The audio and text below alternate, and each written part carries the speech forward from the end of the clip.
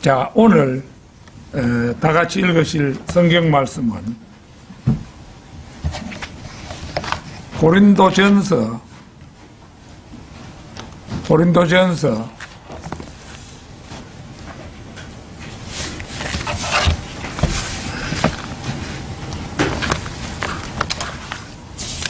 1장 18절에서 21절까지입니다.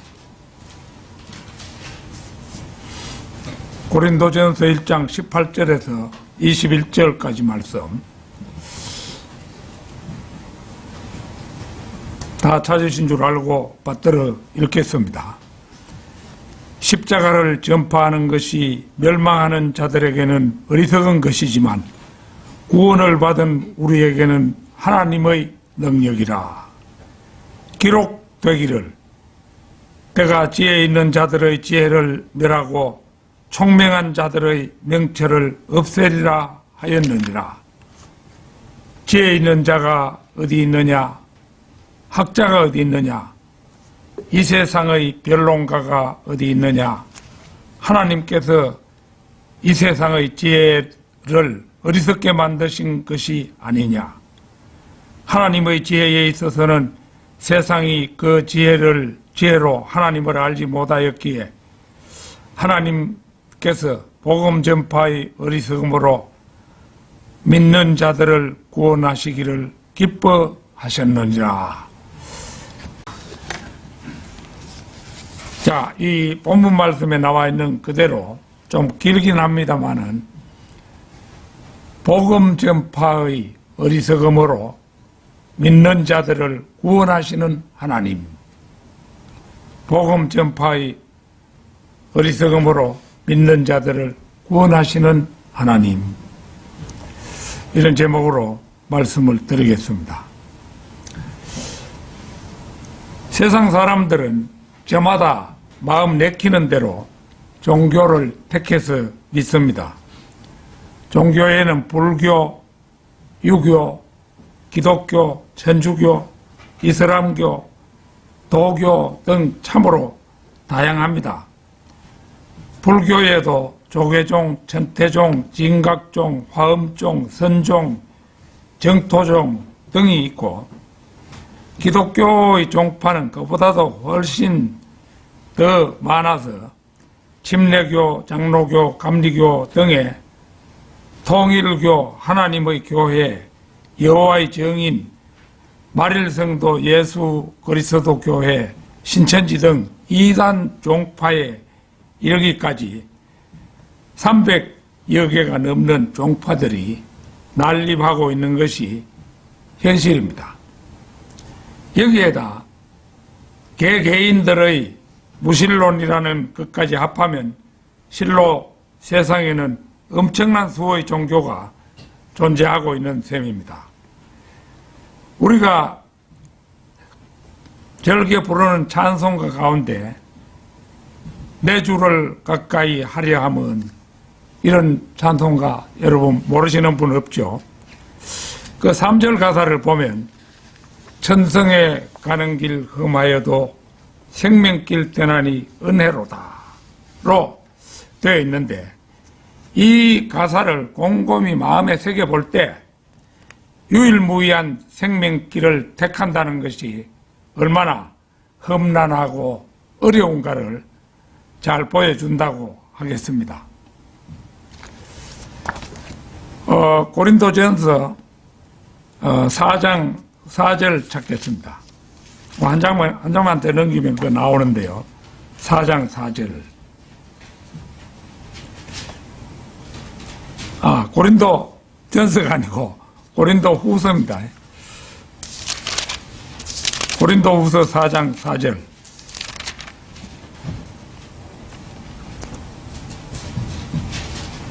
그들 가운데 이 세상의 신이 믿지 않는 자들의 마음을 어둡게 하여 하나님의 형상이신 그리스도의 영광스러운 복음의 광채가 그들에게 비치지 못하게 하느니라.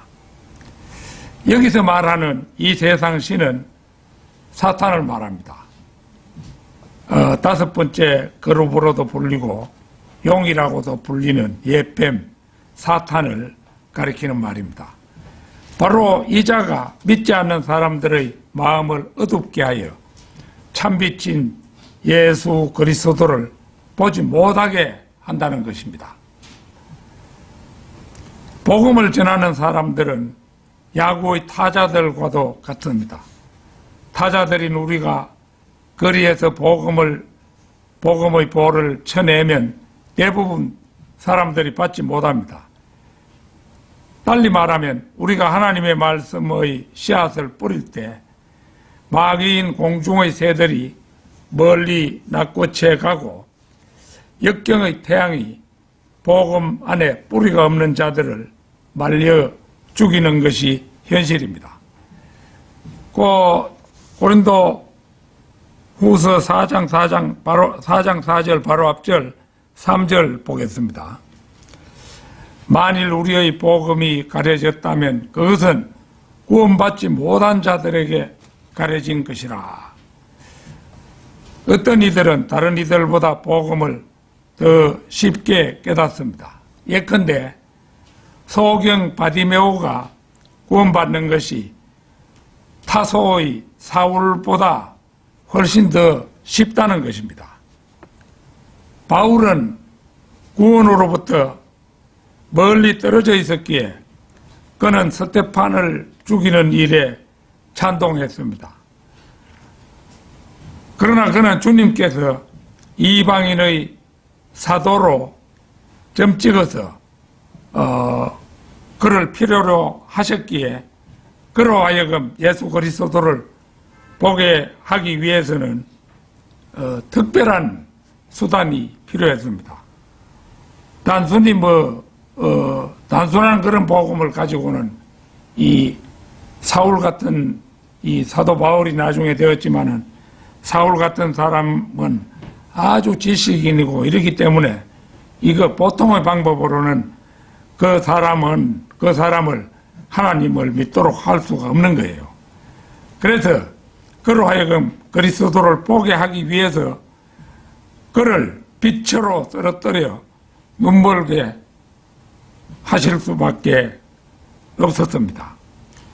4절의 이 세상 신이라고 할 때 이 세상은 물리적인 창조 세계가 아니라 이 세상 제도를 가리킵니다. 물리적인 이 세계는 하나님께서 창조하신 거잖아요. 그래서 여기서 말하는 이 세상의 신이랄 때 이 세상 제도를 말합니다. 그러니까 이 세상 제도는 다니엘 2장에서 어느 날 하늘로부터 강타하는 돌에 맞아 파괴될 그 세상 제도입니다. 이 세상 제도는 사도 바울에 의해 악하다고 표현이 됩니다. 사도 바울이 갈라디아서 1장 4절에서 이 악한 현 세상에서 이렇게 말씀했잖아요. 그래서 이 세상 제도는 그 악한 것이 그 본질입니다. 사탄은 이 세상 제도를 지배하는 신이기에 사도 바울은 말합니다. 고린도전서 8장 5절 찾겠습니다. 고린도전서 8장 5절입니다.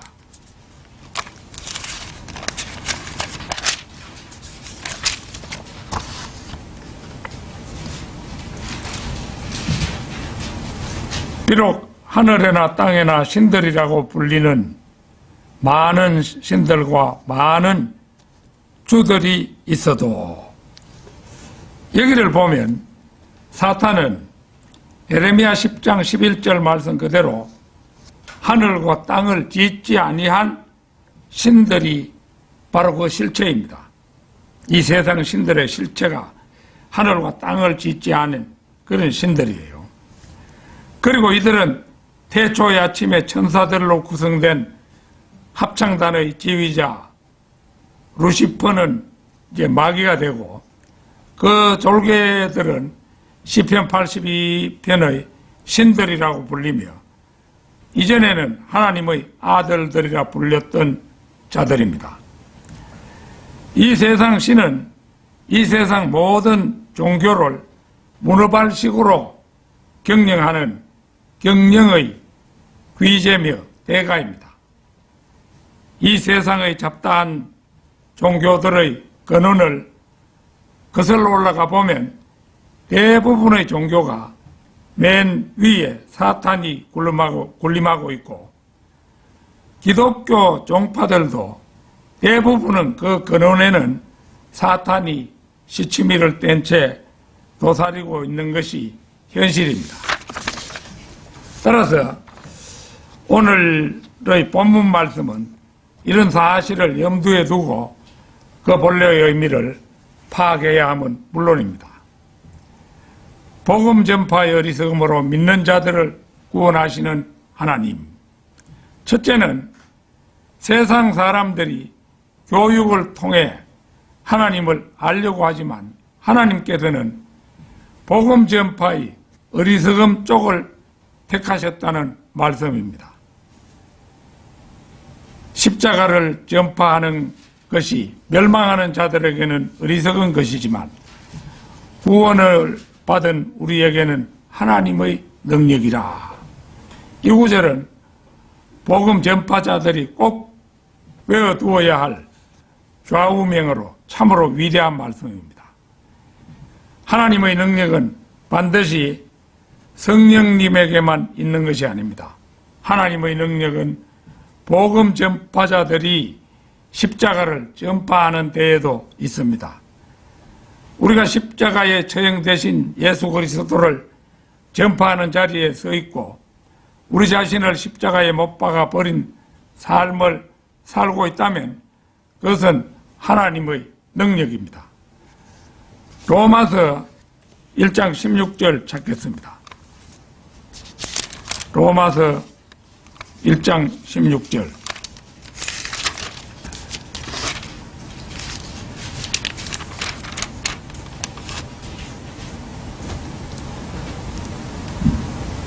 내가 그리스도의 복음을 부끄러워하지 아니하노니 이는 이 복음이 믿는 모든 사람을 구원에 이르게 하는 하나님의 능력이 됨이라. 첫째는 유대인에게요 또한 헬라인에게로다. 우리를 구원에 이르게 했던 하나님의 능력은 예수 그리스도께서 우리의 죄들을 위해 죽으시고 장사 지낸 바 되셨다가 사흘 만에 죽은 자들로부터 다시 일으켜지셨다는 데 있습니다. 구원받은 우리들에게 있어 이것은 곧 하나님의 능력이었습니다. 구원에 이르게 하는 능력은 성령이 아니라 복음입니다.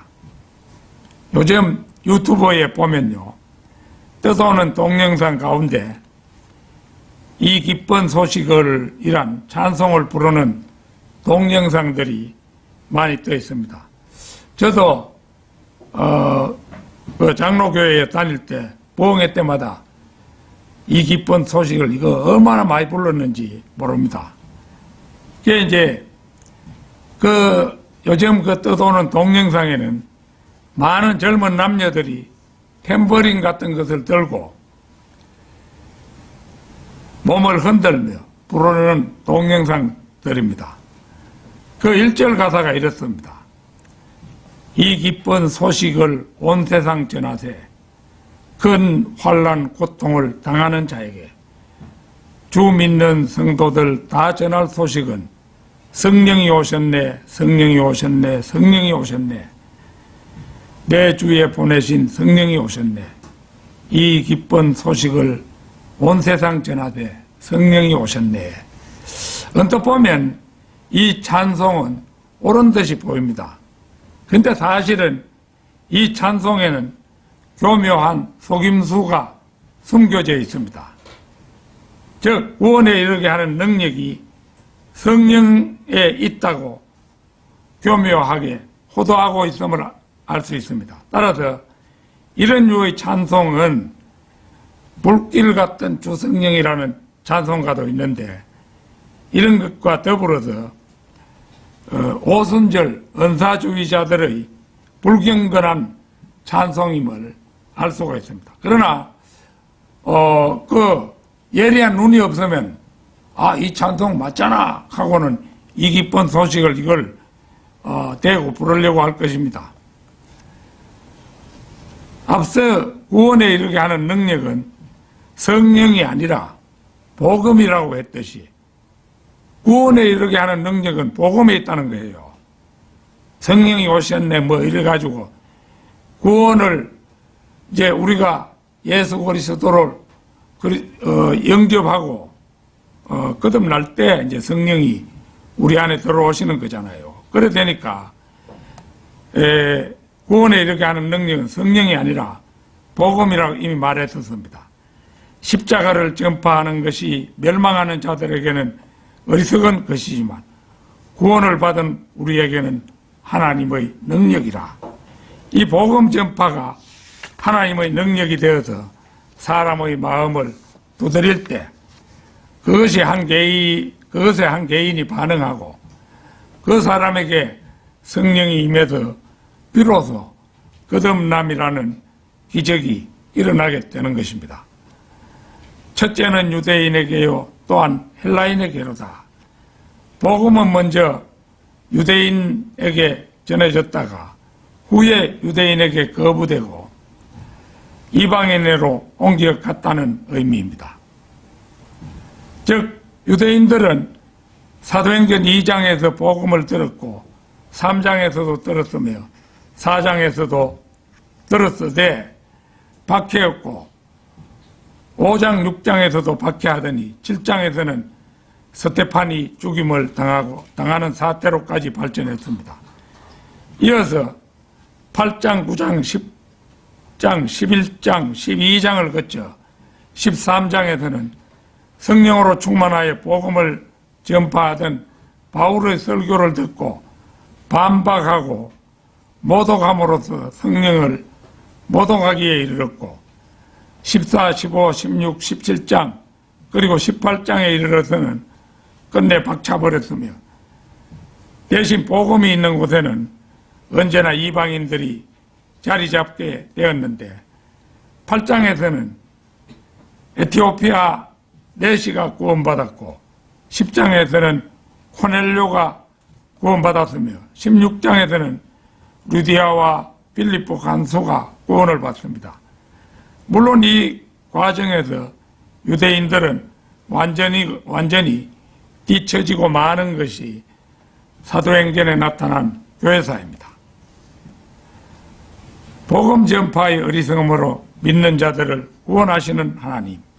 둘째는 지혜 있는 자, 학자, 이 세상 변론자들, 곧 그리스도 철학자들에게 도전하는 바울입니다. 자, 오늘 본문 말씀 19절, 20절에서 기록되기를 내가 지혜 있는 자들의 지혜를 멸하고 총명한 자들의 명철을 없애리라 하였느니라. 지혜 있는 자가 어디 있느냐? 학자가 어디 있느냐? 이 세상의 변론가가 어디 있느냐? 하나님께서 이 세상의 지혜를 어리석게 만드신 것이 아니냐. 자, 19절부터 보겠습니다. 기록되기를 내가 지혜 있는 자들의 지혜를 멸하고 총명한 자들의 명철을 없애리라 하였느니라. 이것은 이사야서에 기록된 말씀을 인용한 것입니다. 이사야 29장 찾겠습니다.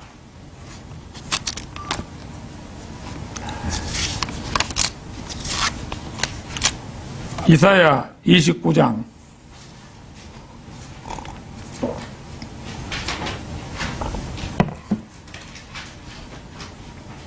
14절입니다.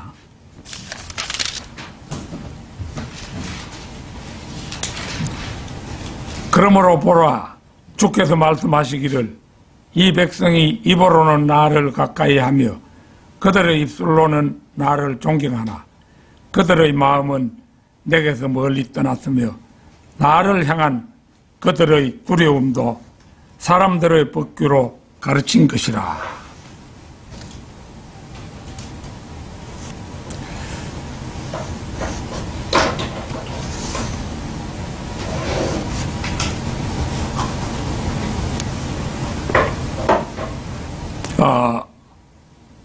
그래서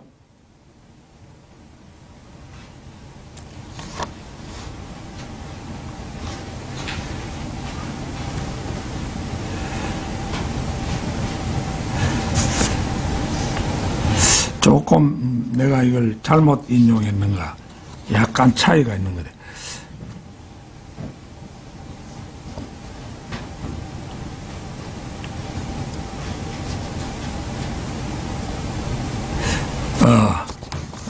꼭 맞네요. 그래, 이제, 그러므로 보라. 내가 이 백성 가운데서 놀라운 일을 추진하리니, 놀라운 일의 이적이라. 이들의 현자들의 지혜가 없어지고, 그들의 총명한 자들의 명철이 숨겨지리라 하셨도다. 이에 대해서는 예수 그리스도께서도 이렇게 말씀하셨습니다. 마태복음 11장 25절 찾겠습니다. 11장 25절.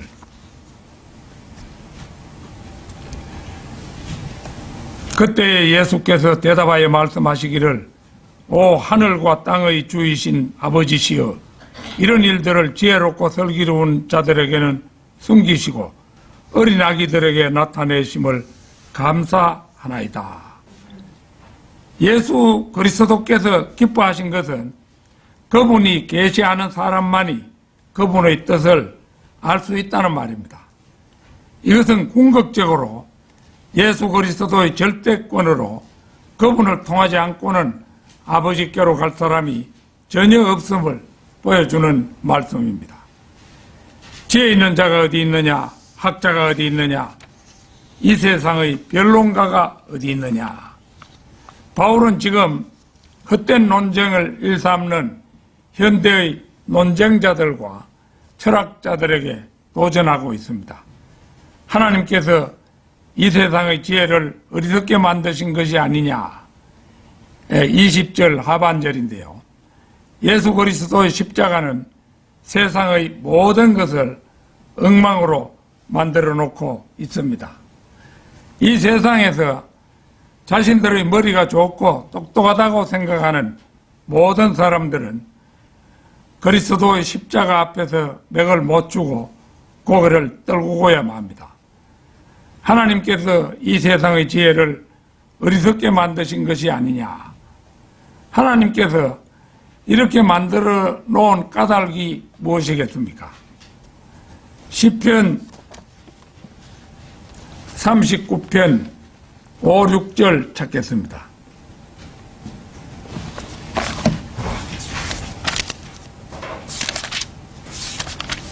시편 39편 5, 6절입니다.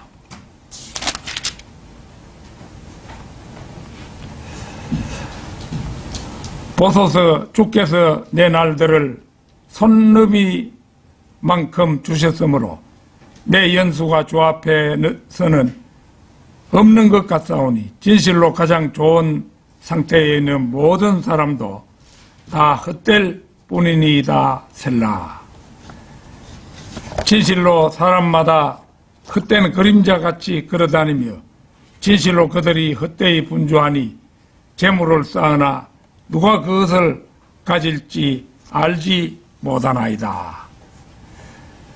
존경받을 만한 경건한 학자들에게는 이 말씀이 모독적이고 정오문학적이며 종족 말살 정신이라고 밖에 생각지 않을 것입니다. 그들은 스스로는 모든 사람에서 예외가 되고자 합니다. 그러나 영혼을 소유하신 하나님 편에서 볼 때는 그들 역시 하루살이에 불과하고 그들이 추구하는 것들도 다 헛될 뿐입니다. 바로 그래서 사도 바울은 그들의 헛됨을 하나님께서 이 세상의 지혜를 어리석게 만드셨다고 일축해 버리는 것 아니겠습니까? 세상을 한번 둘러보십시오. 그들은 헛된 것들에만 몰입하여 영원한 것을 절대로 추구하지 않습니다.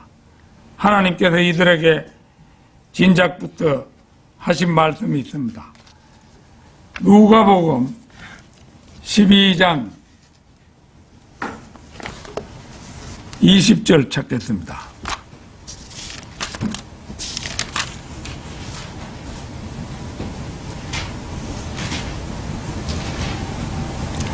그러나 하나님께서 그에게 말씀하시기를 너 어리석은 자야 오늘 밤 네 혼을 네게서 앗아가리니 그러면 네가 장만한 그것들이 누구의 것이 되겠느냐 하시니라.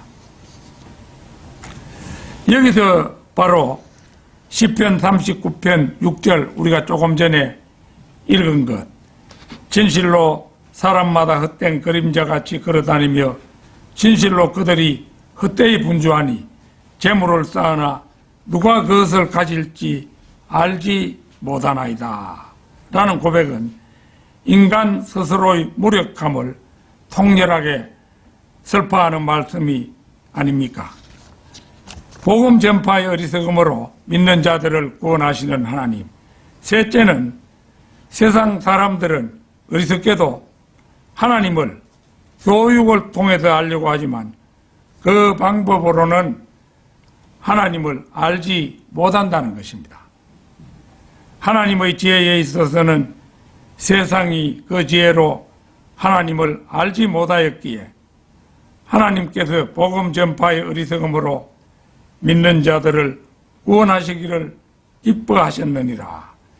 이 말씀은 세상 사람들의 방법, 곧 교육을 통해서는 하나님을 알 수가 없으므로 복음 전파의 어리석음으로 믿는 자들을 구원하시기를 기뻐하셨다고 말씀합니다.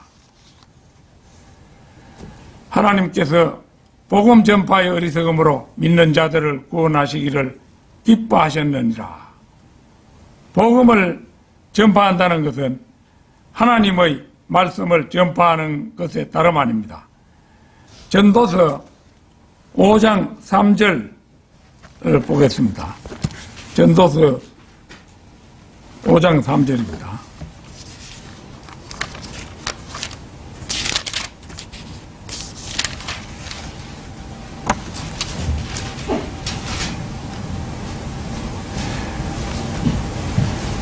꿈은 일의 많음으로 인하여 오나니 어리석은 자의 음성도 말이 많음으로 알려지느니라. 그러니까 이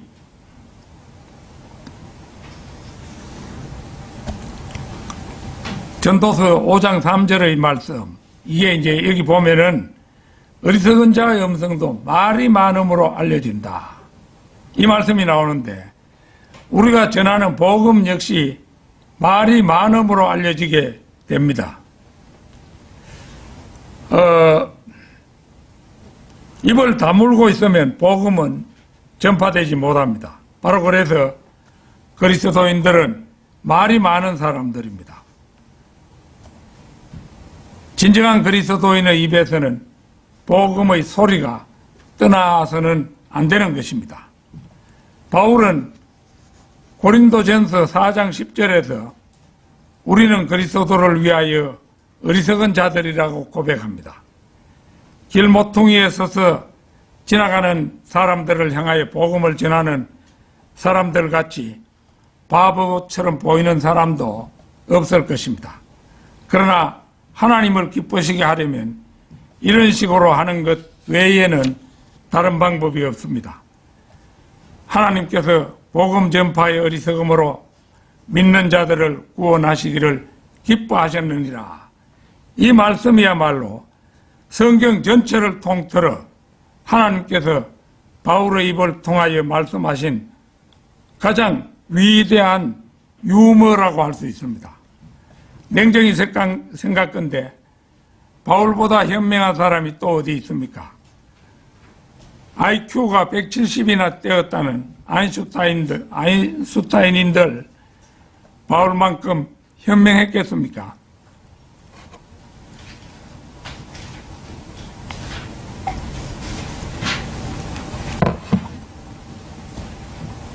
아인슈타인의 이 IQ는 뭐 200이 넘었다는 말도 있고 이런데 내가 가진 자료에는 170으로 그렇게 해서 글이 쓰여지고 있었는데요.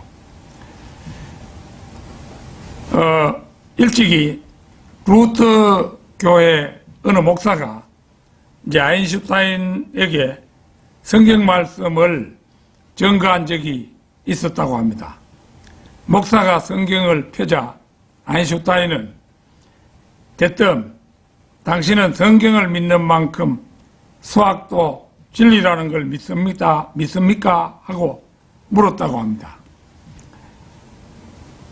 나는 수학도 믿지요 하고 이제 목사가 대답했습니다.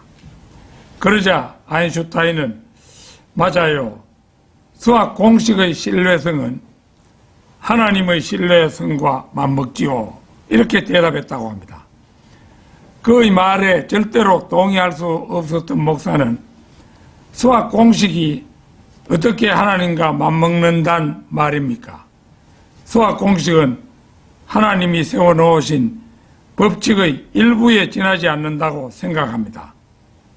당신 말대로라면 내가 주일 예배 때 하나님의 말씀 대신에 수학 공식에 대해 설교할 수도 있겠는데 그러는 날에는 나는 맞아 죽고 말 것입니다 하고 말해 주었다고 합니다. 하기는 목사가 수학 공식 같은 걸 외우고 있으면 당장 그 목사 그 말씀을 전하지 못하고 쫓겨나고 말겠죠. 그런 후에 이제 이 목사는 아인슈타인에게 박사님, 나는 당신이 하는 일을 존중합니다만 수학 공식에 대한 당신의 견해에는 결코 동의할 수가 없습니다. 나는 당신이 이 문제를 2번이고 3번이고 깊이 심사숙고해 보기 바랍니다. 나는컨대 당신은 자신의 생각이 틀렸다는 것을 깨닫게 될 것입니다. 그리고 목사는 아인슈타인에게 제가 주 예수 그리스도에 관한 성경 말씀을 읽어 드릴 테니 한번 들어보십시오. 하고 성경을 펴서 읽으려고 하자 아인슈타인은 또 퉁명스럽게 나는 하나님보다 수학 공식을 더 믿소. 이렇게 대답했다고 합니다. 아인슈타인은 1955년에 세상을 떠났습니다. 그리고 그는 지금 지옥에 가 있습니다. 그의 두뇌력이 세상 사람 세 사람을 합한 것만큼 대단했다고 한들 그는 기실 바보였던 것입니다.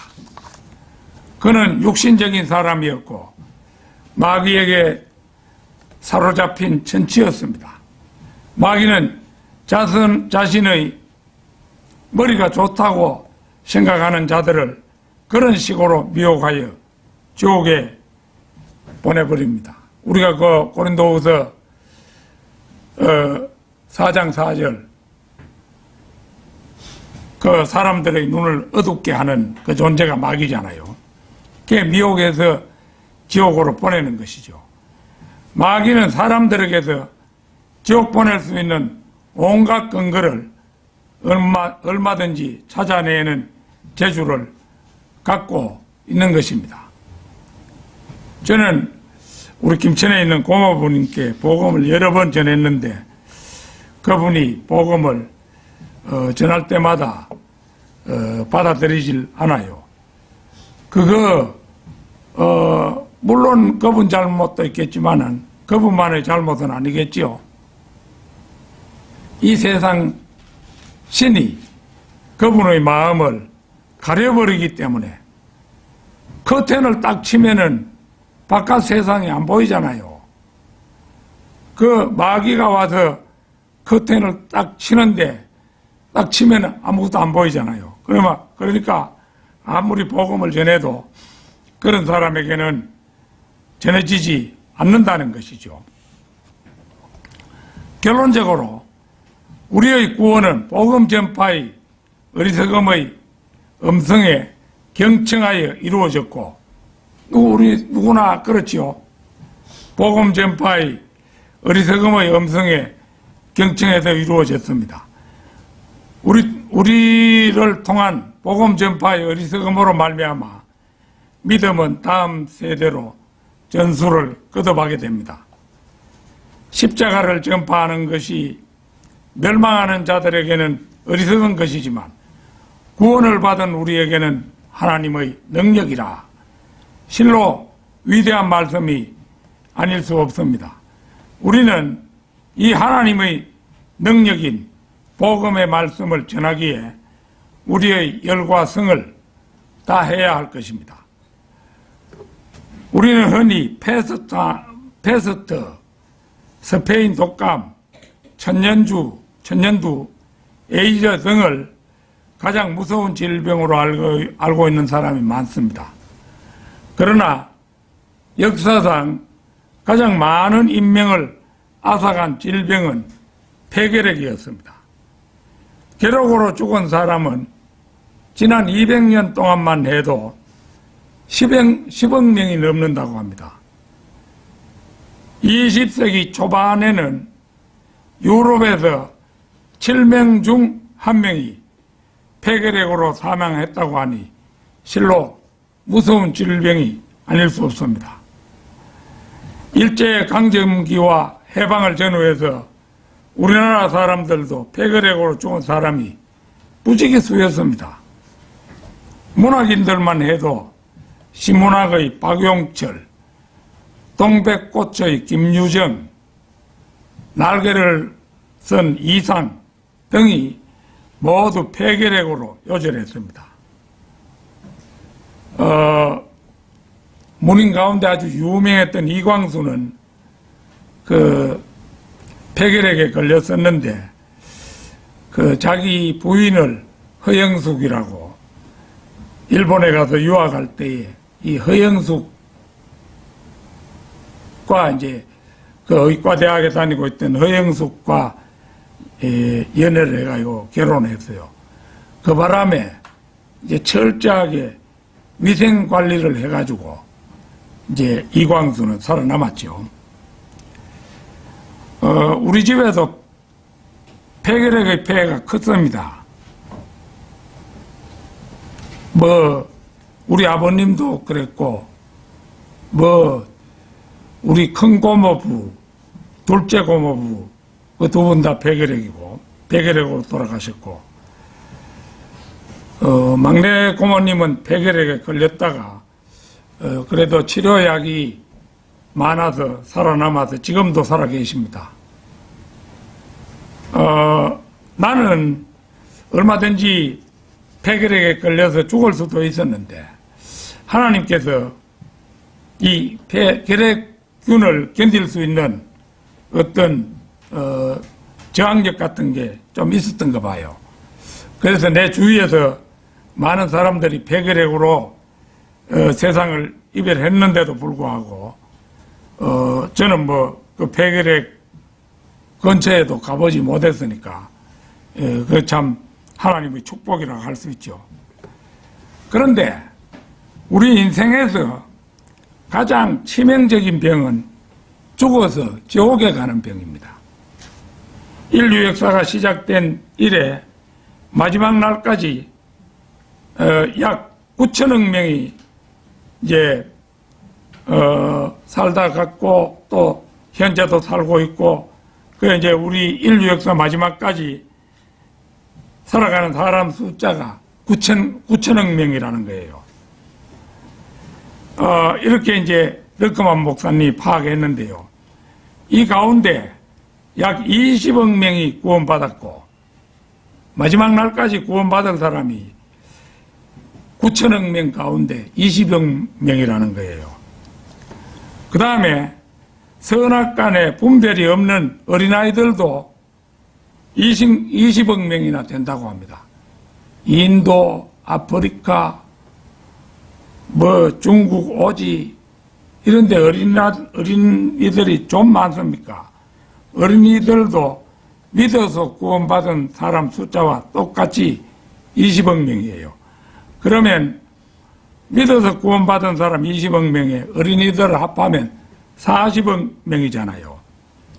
그러면 인류 역사 가운데 세상에 살다 가는 사람 9천억 명 가운데 40억 명이 이제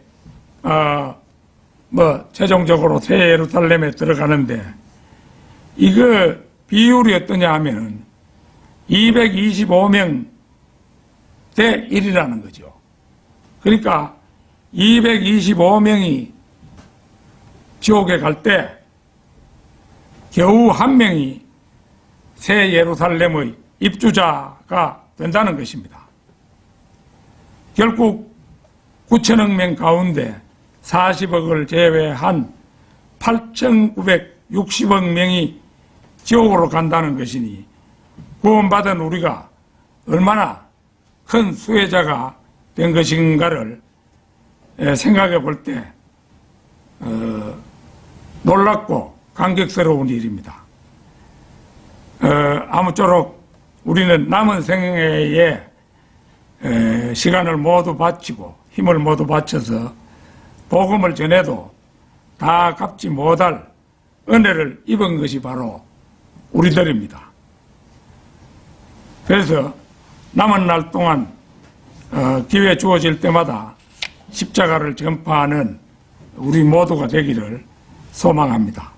다 같이 기도드리겠습니다.